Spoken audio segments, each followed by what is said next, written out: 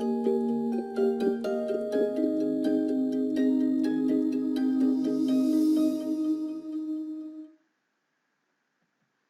alaikum wa rahmatullahi wa barakatuh. I'm teacher Ahmed Jammour. I'm glad to start by Chapter 1, Basic Mechanisms of Sexual Reproduction, and talk about Document 1, the Male and Female Reproductive Systems. You all know that reproduction is very important to all living things, since it is the biological process by which new organisms or offsprings are produced. Plants, human, poultry, and even unicellular bacteria undergo reproduction to produce new organisms. But not all living things reproduce in the same way. Some, like humans, reproduce sexually. A male and a female are required for this mode of reproduction, while others, like bacteria, reproduce asexually, starting from only one organism. But whether reproduction is sexual or asexual, it is important for the continuity of any species. And because reproduction ensures the continuity of the human species, there is in the human body a whole system dedicated for this purpose. That's why, for this chapter, you will study reproduction in humans.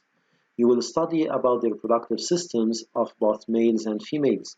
You will get to know the organs that make those systems and learn about the role of each. And finally, you will learn about the different genital activity of males and females. What you see in the figure is a lateral view of the male's reproductive system. You can see the position of the system in front of the large intestine. The most important organ in the reproductive system is the gonad, responsible for gamete production as well as sex hormones. The male gonad is called the testis. A male has two testes that hang out his body in a protective sac of skin called the scrotum. Coming out of the rear side of the testis is a tightly coiled tube called epididymis. The male gametes, sperms, not only come out of the testis through the epididymis, but they also mature and acquire their motility in this epididymis. Sperms continue their way through the vas deferens through the urethra to be finally ejected outside the male's body through the urogenital opening in the penis. But sperms are not ejected from this opening alone. Rather, they are ejected with a fluid that is secreted into the genital tract by some accessory glands. You must have noticed those glands. They are connected via ducts to the genital tract. Sperms never pass through these glands. These glands are responsible for secreting the seminal fluid, rich with the nutrients to ensure the survival and motility of the sperm cells. Now, the seminal fluid secreted by the accessory glands along with the sperms produced by the testicles make together the fluid ejected by a male during reproduction.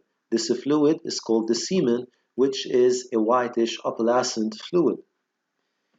Now, remember that reproduction in human is sexual reproduction and requires both a male and a female, and that the fertilization in human is internal.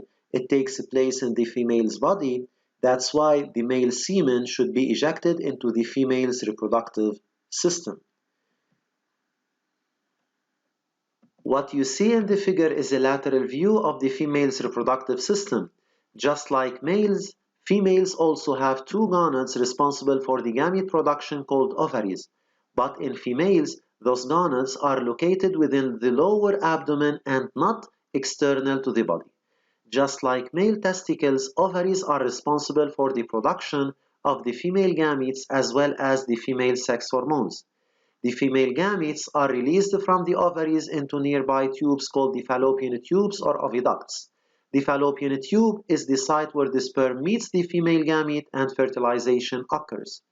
The embryo formed is implanted inside a pear-shaped organ called the uterus, where it develops for 9 months. After 9 months, the narrow part of the uterus called the cervix widens and the baby comes out through the birth canal that is also known as the vagina. The vagina is also the copulatory female organ. This vagina ends up with the genital opening. Unlike males, the genital opening in females is different from that of the urethral opening.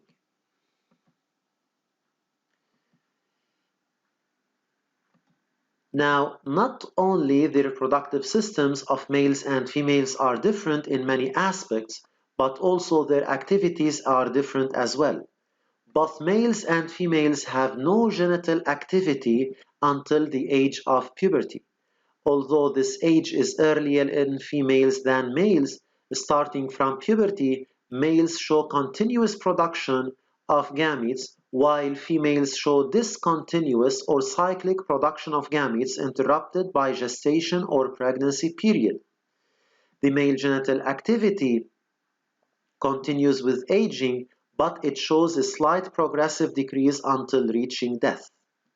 Whereas in females, the genital activity shows a quick arrest or stop known as menopause at a relatively early elderly ranging between 50 and 60 years old. In later documents, you will learn about the reasons behind those differences in the activity of reproductive system in males and females. For now, I hope this was a helpful video. Please read part 1 of the summing up and solve problem document 1.